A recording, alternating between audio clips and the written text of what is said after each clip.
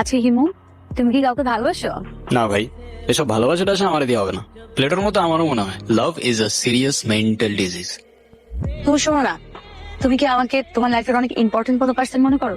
আচ্ছা শোনো, আমরা যখন আমাদের সময় কাউকে দিই, আমরা আমাদের লাইফ থেকে একটা অংশ তাদেরকে দিয়ে দিই, যেটা আমরা কখনোই ফেরত পাবো না। তো যেহেতু আমি তোমার সাথে অনেক সময় কাটাই, তো তার মানে এইটাই তুমি আমার লাইফের ইম্পর্টেন্ট একজন। কিরে, ইরা কইরে দেখছিস তোরা? ওই আমরা তো এখানে অনেকক্ষণ যাবত বসে আড্ডা দিচ্ছি, এরাকে তো দেখিনি। আচ্ছা থাক, তোরা দেখেছি আমি।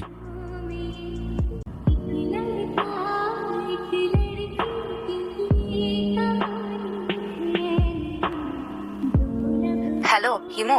আমি এতদিন তোমাকে কতগুলো কল দিছি, কল ধরো নাই কেন? কি হয়েছে তোমার? আরে তোমাকে আমি সব বলবো। তোমাকে একটা গুড নিউজ দেওয়ার আছে। আগামীকাল সন্ধ্যায় দেখা করতে পারবে? হ্যাঁ পারবো, আমারও তোমাকে অনেকগুলো কথা বলার আছে, কিন্তু কোথায় দেখা করতে আসবো? টেক্সট করে জানিয়ে দেবো। এতদিন কোথায় ছিলা তুমি? তোমাকে আমি পাগলের মতো খুঁজছি কয়দিন। হিমু, মাঝে মাঝে কিন্তু হারিয়ে যাওয়া আনন্দ কিছু না। ভালো। তুমি আমাকে পাগলের মতো কেন খুঁজছিলে? আছে কিছু কারণ। আরে কি কারণ বলবা তো বাবা। আমারটা বাদ দাও, তুমি না বললা কি একটা গুড নিউজ আছে, ওটা বলো। আছে একটা কারণ।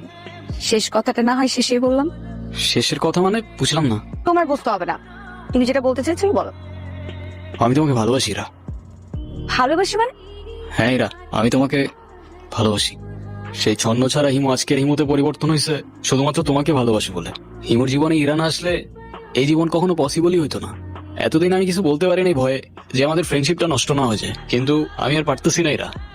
আমাকে ভুল বুঝো না তুমি। আমি শুধু আমাকে পরিবর্তন না, তোমার জন্য যে কোনো কিছু করতে পারি। I love you Ira.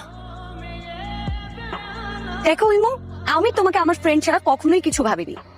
আজকের পর থেকে আর কোনো দিন তুমি আমার লাইফে ব্যাঘাত ঘটাবে না। আমাদের আর কোনোদিন দেখা হবে না, এটাই আমাদের শেষ দেখা।